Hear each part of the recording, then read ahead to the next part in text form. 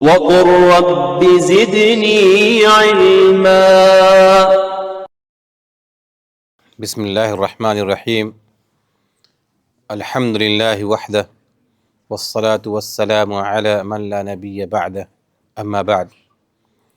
اس مسجد کے اندر ہم لوگوں نے الدروس المہمہ لعامۃ الامہ اس کتاب کو شروع کیا تھا، اور پھر ہم لوگوں نے ایمان کے جو 6 ارکان ہیں ان میں سے 2 رکنوں کو جانا تھا۔ ان میں سے پہلا رکن ایمان باللہ، یعنی اللہ رب العالمین پر ایمان لانے کا کیا مطلب ہے، اس کو تفصیل سے جانا تھا۔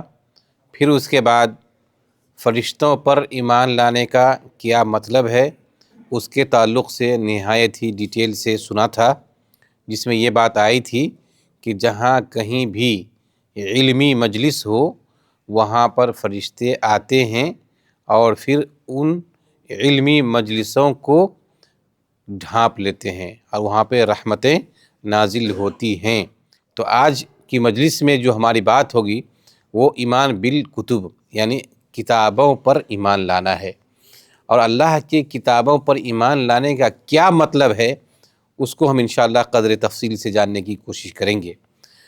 تو اب جائیے کہ ایمان کا تیسرا رکن اللہ رب العالمین کی کتابوں کے اوپر ایمان لانا ہے، کہ اللہ رب العالمین نے ہر زمانے میں ہر امت کے اندر ایک رسول کو بھیجا اور ان کے ساتھ کتاب کو نازل کیا، تو لہٰذا ہم لوگوں کو ان تمام کتابوں کے اوپر ایمان لانا ہے کہ اللہ رب العالمین نے ہر امت کے اندر کتابوں کو نازل فرمایا، لہٰذا ان کتابوں کے اوپر بھی ہم ایمان لاتے ہیں۔ اور یقیناً اللہ رب العالمین نے اس کے بارے میں ہمیں خبر دی آیتوں کے اندر، اور فرمایا وَلَقَدْ بَعَثْنَا فِي كُلِّ أُمَّةٍ رَسُولًا أَنِ اعْبُدُوا اللَّهَ وَاجْتَنِبُوا الطَّاغُوتَ۔ اللہ رب العالمین نے خود قرآن کے اندر کہا کہ ہم نے تمام امتوں کے اندر ایک رسول کو بھیجا۔ اب رسول کو بھیجنے کے بعد انہیں کیا پیغام دیا؟ کہا أَنِ اعْبُدُوا اللَّهَ۔ تمام رسولوں نے یہی دعوت دی کہ ایک اللہ کی عبادت کرو اور طاغوت کی بندگی سے بچو۔ تو یہ ان کا پیغام تھا، اور اس سے یہ دلیل ہے کہ ہر امت کے اندر اللہ رب العالمین نے رسولوں کو بھیجا۔ اب جو کتابیں نازل ہوئیں ان تمام کتابوں کے اوپر سب سے پہلے اللہ رب العالمین نے نبی کریم صلی اللہ علیہ وسلم کو ایمان لانے کا حکم دیا، اور کہا وَقُلْ آمَنْتُ بِمَا أَنزَلَ اللَّهُ مِنْ کتاب۔ اب غور کیجئے کہ یہ کتنی بڑی چیز ہے کہ اللہ رب العالمین نے نبی کریم صلی اللہ علیہ وسلم کو حکم دیا کہ اے نبی پاک صلی اللہ علیہ وسلم آپ کہہ دیجئے کہ میں ایمان لاتا ہوں ان کتابوں پر جن کو اللہ رب العالمین نے نازل فرمایا۔ تو جب نبی کریم صلی اللہ علیہ وسلم کو اللہ رب العالمین نے خاص طور پر ایمان لانے کا حکم دیا، تو اس کے ساتھ ساتھ پھر ایمان والوں کو بھی، یعنی کہ اس وقت جو صحابہ کرام موجود تھے اس وقت سے لے کر ابھی تک ہم لوگوں کو، ایمان والوں کو بھی اللہ رب العالمین نے حکم صادر کیا۔ نبی کریم صلی اللہ علیہ وسلم کو حکم تو دیا ہی، اس کے ساتھ ساتھ تمام ایمان والوں کو اس کا بطور خاص حکم صادر کیا، اور فرمایا یا ایھا الذین آمنوا آمنوا باللہ ورسولہ والکتاب الذی نزل علی رسولہ والکتاب الذی انزل من قبل ومن یکفر باللہ وملائکتہ وکتبہ ورسلہ والیوم الآخر فقد ضل ضلالا بعیدا۔ اس آیت کے اندر اللہ رب العالمین نے 2 چیزوں کے بارے میں کہا۔ پہلی بات تو یہ ہے کہ اللہ رب العالمین نے جن کتابوں کو نازل کیا ان کتابوں پر سب سے پہلی بات ایمان والوں کو کہا ایمان لاؤ، ایمان لاؤ اللہ کے اوپر، اس کے رسول کے اوپر، اور ان کتابوں کے اوپر جن کتابوں کو اللہ رب العالمین نے نازل کیا ہے۔ یہ تو ایمان لانے کا حکم دیا، اور اس کے ساتھ ساتھ اب غور کیجئے اگر کوئی شخص ایمان نہیں لاتا ہے تو اس کے بارے میں وعید بھی آئی۔ صرف اتنا ہی نہیں کہا کہ تم ایمان لاؤ، بلکہ ایمان لانے کے ساتھ ساتھ اگر تم ایمان نہیں لاتے ہو تو اس کی وعید بھی سنائی، اور کہا کہ جو شخص اللہ پر ایمان نہیں لاتا، اس کے فرشتے پر ایمان نہیں لاتا، اس کی کتابوں پر ایمان نہیں لاتا، رسولوں پر ایمان نہیں لاتا، یوم آخرت پر ایمان نہیں لاتا، تو کہا فقد ضل ضلالا بعیدا، تو بہت دور کی گمراہی میں ہے، اور جو شخص گمراہی کے اندر ہو وہ کبھی اللہ کی جنت کو نہیں پا سکتا ہے۔ تو یہ وعید ہے، تو لہٰذا ہم لوگوں کو ایمان لانا ہے۔ اب یہ بات یہاں سے کنفرم ہو گئی کہ ہمیں اللہ رب العالمین کی جملہ نازل کردہ کتابوں کے اوپر ایمان لانا واجب ہے۔ اب ہم کیسے ایمان لائیں؟ اب یہ سوال پیدا ہوتا ہے۔ تو اس کا جواب یہ ہے کہ ہم دو طریقے سے ایمان لائیں گے، ایک اجمالی، ایک تفصیلی، یعنی ایک ڈیٹیل کے ساتھ ایمان لائیں گے اور ایک ڈیٹیل کے بغیر ہم ایمان لائیں گے۔ اس کا مطلب یہ ہے کہ اللہ رب العالمین نے جو کتابوں کو نازل کیا ان میں سے کچھ کتابوں کا نام ہمیں بتلایا، تو جن کتابوں کا نام بتلایا ان پر ہمیں نام کے ساتھ ایمان لانا ہے۔ جیسے کہ ہم نے فرشتوں کی ایمان کے تعلق سے کہا تھا کہ ایمان وہاں پہ دو طریقے سے لانا ہے، ان فرشتوں کے اوپر ایمان لانا ہے جن کا نام اللہ رب العالمین نے ہمیں بتلایا ہے، اور ان فرشتوں کے اوپر بھی ایمان لانا ہے جن کا نام اللہ رب العالمین نے ہمیں نہیں بتلایا ہے۔ اسی طریقے سے یہاں پر بھی ان کتابوں پر بھی ایمان لانا ہے تفصیل کے ساتھ جن کا نام اور ڈیٹیل اللہ رب العالمین نے ہمیں بتلا دیا ہے، اور ان کتابوں کے اوپر بھی جن کا ڈیٹیل ہم نہیں جانتے ہیں۔ تو ڈیٹیل اگر ہم اس میں سے نکالنا چاہتے ہیں تو کچھ کتابوں کا نام ہمیں ملتے ہیں، ان میں سے کتاب کیا ہے؟ تورات، انجیل، زبور اور صحف موسیٰ و ابراہیم، یہ 5 کتابوں کا ہمیں ڈیٹیل ملتا ہے۔ اب وہاں پہ غور کریں، تورات جو ہے یہ کس پہ نازل ہوئی؟ موسیٰ علیہ السلام پہ، اور انجیل عیسیٰ علیہ السلام پہ، اور زبور داؤد علیہ السلام پہ، اور وہاں پہ ایک صحف ابراہیم کا ذکر آتا ہے جو آپ جانتے ہیں امام صاحب ہر جمعہ کے اندر جو سبح اسم ربک الاعلیٰ جو پڑھتے ہیں اس کے اندر کیا ہے؟ صحف ابراہیم و موسیٰ۔ تو یہ ہیں ڈیٹیل۔ اب یہاں پہ اس کو یاد رکھنے کا سب سے آسان طریقہ کیا ہے کہ عیسیٰ انجیل، وہاں پہ عین ہے تو یہاں پہ الف ہے، اس طریقے سے آپ یاد رکھ سکتے ہیں۔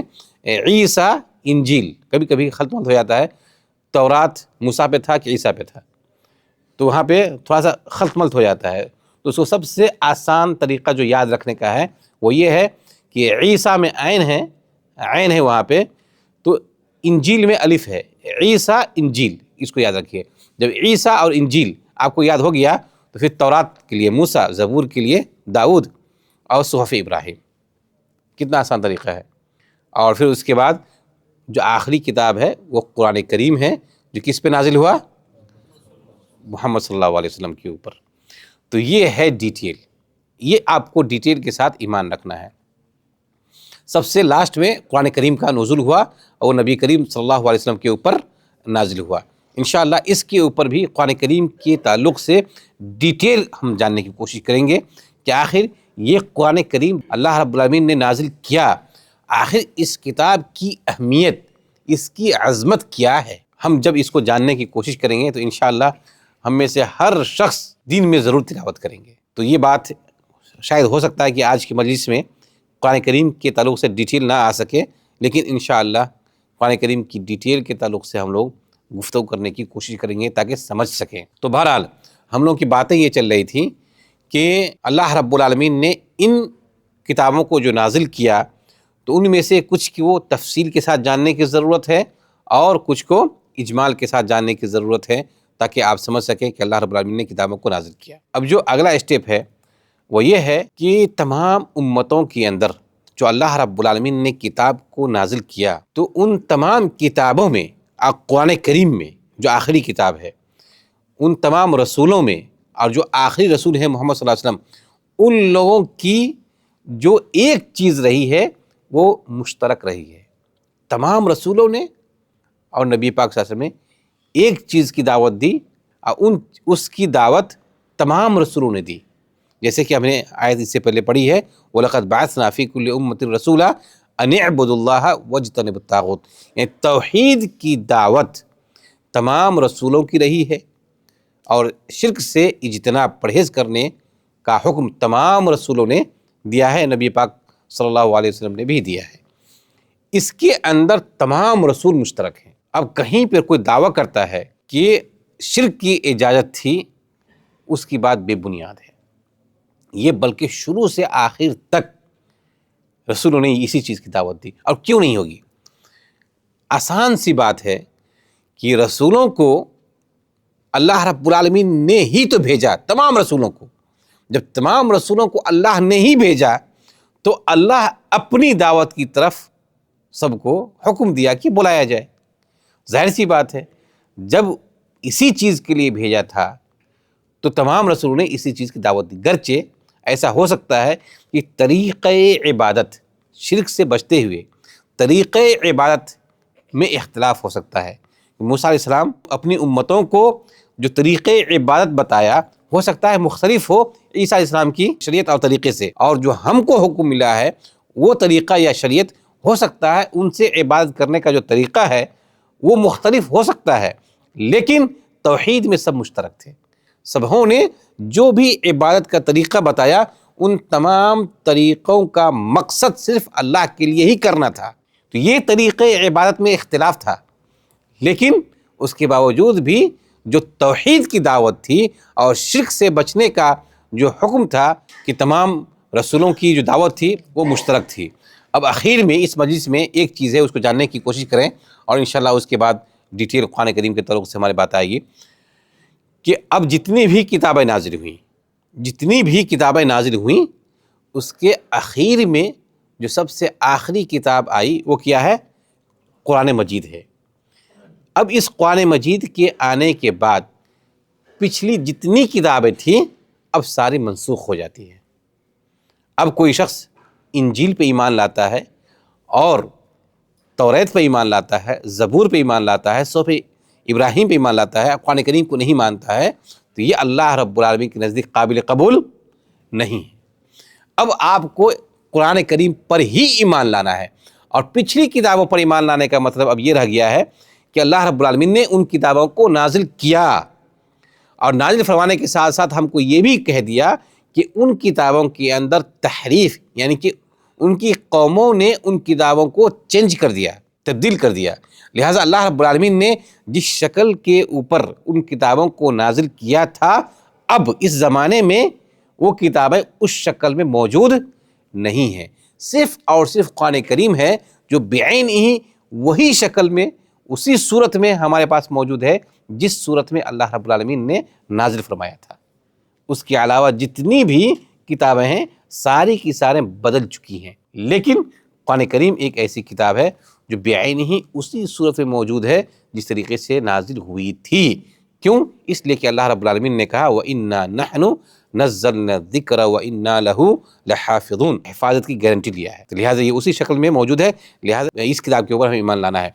اور قرآن کریم کے تعلق سے اللہ رب العالمین نے کہا وہ مُهَيْمِنًا عَلَيْهِ، جتنی کتابیں نازل ہوئی تھیں ان تمام کتابوں کے اوپر یہ نگاہ بان ہے۔ مطلب یہ ہوا کہ اب جتنی کتابیں ہوئی سارے کے سارے اب منسوخ ہو گئی ہیں، اب یہ جو قرآن کریم ہے اسی کے اوپر ہمیں ایمان لانا ہے، جو ہدایت ہمیں ملی ہے انہی ہدایات کی روشنی میں زندگی گزارنی ہے، اور انہی پیغامات کی روشنی میں اللہ رب العالمین کی عبادت کرنی ہے۔ تو لہٰذا قرآن کریم کو ہم پڑھنے کی کوشش کریں گے، اور اس کی ایک ایک حرف کے بدلے میں 10 نیکیاں ہیں، اور انشاءاللہ اس کے اوپر جو تفصیل سے ہماری گفتگو آئے گی اس کو جاننے کی ہم کوشش کریں گے۔ لہٰذا اس مجلس کے اندر ہم نے ایمان بالکتب، یعنی اللہ رب العالمین کی نازل کردہ کتابوں کے اوپر ایمان لانے کا کیا مطلب ہے اس کو ڈیٹیل سے جاننے کی ہم نے کوشش کیا، اور انشاءاللہ جب ہماری گفتگو آئے گی تو آخری کتاب جو قرآن کریم ہے اس کے تعلق سے ہماری بہت ساری باتیں انشاءاللہ آپ کے سامنے آئیں گی، اور سمجھ لیں گے کہ واقعی قرآن کریم جہاں عبادت کرنے کی ہدایت دیتا ہے وہیں پر صحیح زندگی اور پرسکون زندگی ہماری کیسے گزرے گی ان چیزوں کی طرف بھی اللہ رب العالمین نے اس کتاب کے اندر ہمیں رہنمائی فرمائی ہے۔ لہٰذا انشاءاللہ قرآن کریم کیا ہے، اس کی عظمت کیا ہے، اس کی اہمیت کیا ہے، انشاءاللہ اس کو ہم لوگ ڈیٹیل سے جاننے کی کوشش کریں گے۔ اللہ رب العالمین سے دعا ہے کہ اللہ رب العالمین ہم لوگوں کو صحیح طریقے سے ایمان لانے کی توفیق عطا فرمائے، اور جتنی کتابوں کو نازل کیا ہے ان تمام کتابوں کے اوپر اجمالی اور تفصیلی طور پر ایمان لانے کی توفیق عطا فرمائے، اور جو آخری کتاب ہے قرآن کریم اس کے اوپر ایمان لانے اور اس پر عمل کرنے کی توفیق عطا فرمائے۔ آمین، وآخر دعوانا الحمدللہ رب العالمین۔